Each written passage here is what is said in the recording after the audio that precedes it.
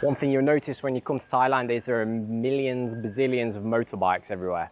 So when you come here, if you're going to get around, you're either going to have to get a motorbike or a car, or you're going to have to use taxis, public transport. And if you're here for a long time, that can get expensive. So loads of people, including me, get a motorbike. And today I'm going to be doing something which is a little bit annoying, but everyone's got to do it, and that's go and service the motorbike.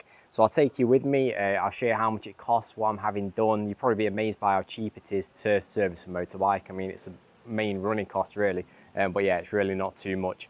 I'll show you my bike. Here it is, a Honda Scoopy 110. So yeah, don't be too impressed by it. I know it's good, but yeah, it was stood for 7 months, 8 months while I was in England, and when I came back, it did start on the buttons. Put the key in, press the button, start the first time, but it feels ropey, you know, when I'm accelerating, if I'm going up a hill, it just sort of momentarily cuts out. You get these little blips of power loss. So there's something up with it. I think it just needs a service, probably air filter, oil change, oil filter, all that kind of stuff. So I'm going to get that done today. I'll take you along with me and just talk generally about driving in Thailand. So let's go. So I'm going to try and go over a little bit about the safety of driving in Thailand. If you look online, you'll find all sorts of horror stories, and they're not made up. You know, it's true that Thailand is, I think, the world's most dangerous country to drive on. In terms of like casualty rates, accidents, all sorts of statistics, it's pretty bad. And a lot of people use that as a reason why not to drive in Thailand. I'd say it's a good reason why you should drive in Thailand, because if you're not driving, then in order to get around, you're gonna have to trust a local to drive you around in like a taxi, a motorbike taxi, a tuk-tuk. And I would say that's always gonna be massively more dangerous, assuming you're a good driver where you're from, than if you just drive yourself. So yeah, I would say driving yourself is almost always a good idea in Thailand. Provided you're confident, of course. A lot of people's confidence will be knocked when they see the sort of road conditions. I mean, during this drive that I've got on the screen at the moment, everything's pretty calm, but it doesn't take long to see some pretty crazy things happen. So yeah, I mean, bear that in mind. Make your own decision whether you think it's a good idea to drive or not. And then yeah, if you do decide to drive, then you need to start thinking about the legality of it, and what you need to get in advance before you come. So I'll just talk about that for a minute now. So I brought my bike down to the servicing, to the garage. I'm in Hoi Hin, and I'm on Neb Khe Ha Soi 8, which is on the sort of southern end of town. It's sort of parallel to Pet Kasim, the main road, just in a bit. That's called Neb Khe Ha Road, and this is Neb Khe Ha Soi 8.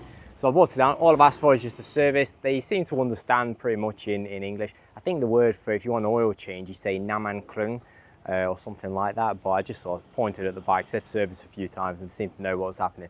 So I'm just going to leave it with them. I'm just going to put some footage on of driving around, and I'll talk about driving in Thailand generally, just give you an idea of what's going on.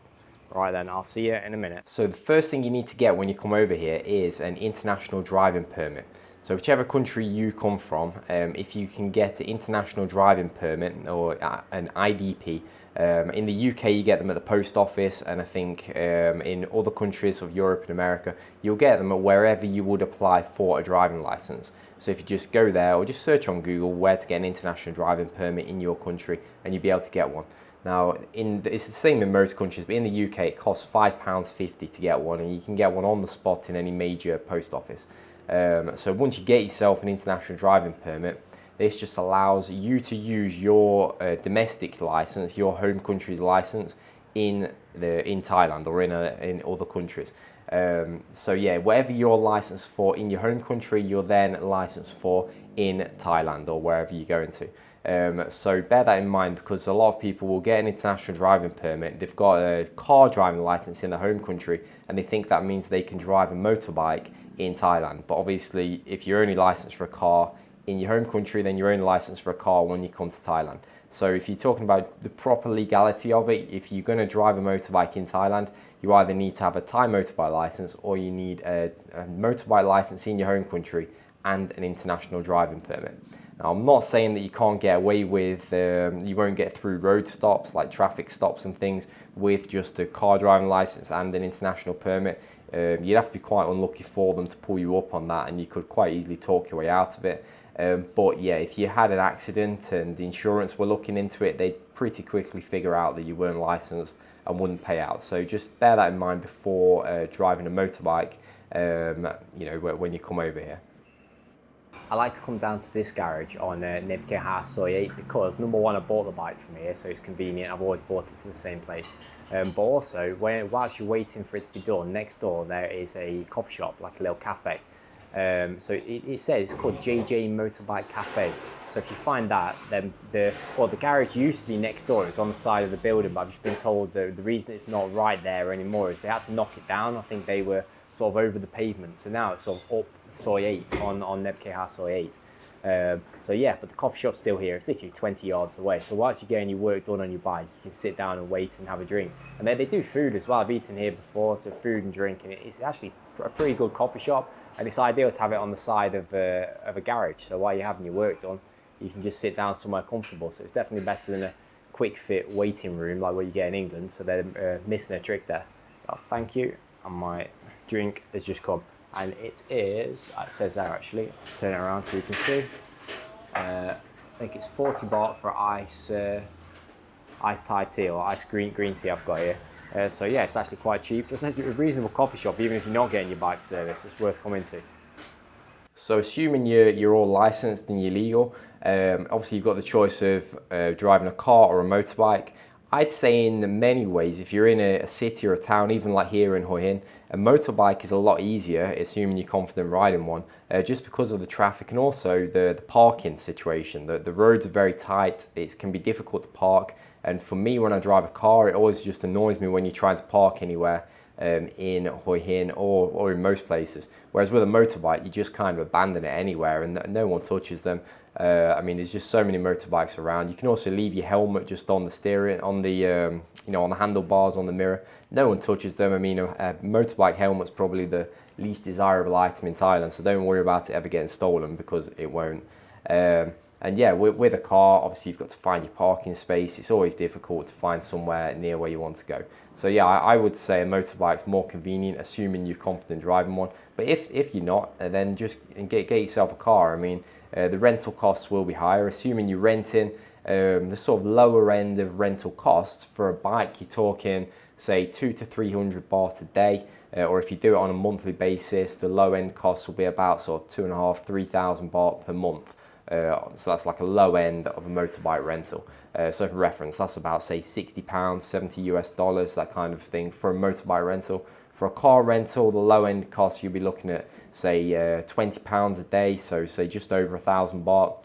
And for a month, you get one for about sort of 12,000 for a month. And the car I've got at the moment, I actually booked on rentalcars.com, which is owned by booking.com, and it came through Budget Car Hire, so a Western car rental franchise company. So yeah, and when you get one from a big company, obviously you know the insurance is all okay. Yeah, so you can be a bit more confident than that. And also with insurance, the way it works over here is if the vehicle is insured, then anyone is insured to drive it. So even from the cheaper local car hire companies, you should never have a problem with insurance. If it has any insurance, you're insured.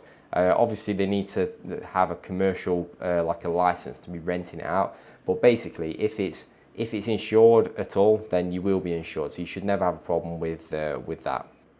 So this is Soy Nebke, or the main road, so I guess it's called Tanon Nebke. And there's like a big hospital building on that side. And you turn around, you see this. I'm not sure if you can see it there, but it's called JJ, it says up there, JJ Motorbike Cafe. And the garage used to be right here on the corner. So now there's nothing here because they're widening this road, so I'm guessing they were kind of just built over the pavement. And now the garage is down there. So that's where you go if you want to get your bike serviced. Nebke Soy 8. And there we go. I've always had good service from there, good prices. It's always been good, so hopefully it will be today. And I'll tell you in a minute how much it costs to get the work done that I'm having done.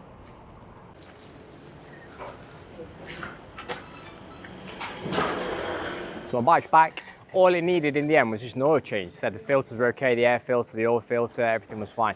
So just an oil change, and it cost a huge amount. It cost 180 baht. So that's like about £4 something, so $5 something like that, really not much. So that's what it costs for an oil change on your bike in Thailand. So yeah, really quite reasonable. And that's, yeah, including everything. So everything else apparently was fine. Yeah, so that's what it costs for a service. I also need to pay for the road tax, which includes like insurance and things, which costs, I believe, 550 per year. And they pointed out that I'm 3 years overdue.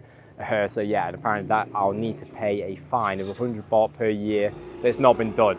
I did think it needed doing, but I wasn't 100% sure. I mean, 3 years, you would have thought I'd have noticed, but I didn't. So yeah, they're going to sort that out as well for me. And then yeah, I'm going to pay that. So that would be 1,000. What's that? 1,650, 300 baht for 3 years worth of fines for not having tax. So 1,950.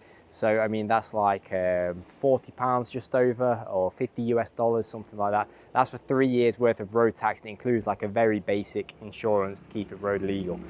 So yeah, that's basically a rundown of your total costs of running a motorbike. If you add your fuel onto that, and you're good to go really. Yeah, so that's what it costs, and that's everything for today. So let's get onto the road and show you what's going on the roads. As you can see on this footage, in Thailand they drive on the left side of the road. So if you're from the UK or like Japan or other places where they drive on the left, that'll make things a lot easier for you than for, say, Americans or Europeans who are used to driving on the right. For you guys, it just adds an extra dimension of difficulty. I mean, it can be a bit tricky to drive over here with the crazy driving and things, but if you've also on the wrong side of the road, from your perspective, then yeah, just bear that in mind. Really take your time, especially if you're on quiet roads. That's when it gets easy to go wrong, when there's no one to follow. So yeah, just think about that before you come in. And yeah, safety wise, I would say just always wear a helmet, wear a seatbelt and everything, sort of take it to the next level. Because I mean, in the last month while I've been here I've been with my parents, we've been driving all over the country. And I think we've been driving around for about 2.5, 3 weeks. And in that time, we've seen, I think, 3 overturned pickup trucks. We've seen 1 big truck that crashed into a tree on the side of the road. And we've seen a girl hit a motorbike that looked really quite serious in Phuket. So yeah, I mean, that's just in a couple of weeks, and a few other minor ones as well. So if you see that in a few weeks, I mean, you wouldn't see that in a few years in a Western country. So there's just so many more accidents happen. And even if you think you're a great driver, obviously the people around you aren't. So you just got to really prioritize safety when you're driving over here. And if you do, I think you'd be fine. You just have to just stay alert. And if you do that, I would say there's nothing to fear. And it just adds another dimension to your travel over here, because it means you can get around, go anywhere you want. You don't need to always think about taxes, and the cost of taxes will soon add up. It'll work out cheaper to just rent a car or a motorbike. And if you're here for a long time, you can buy a motorbike like what I have.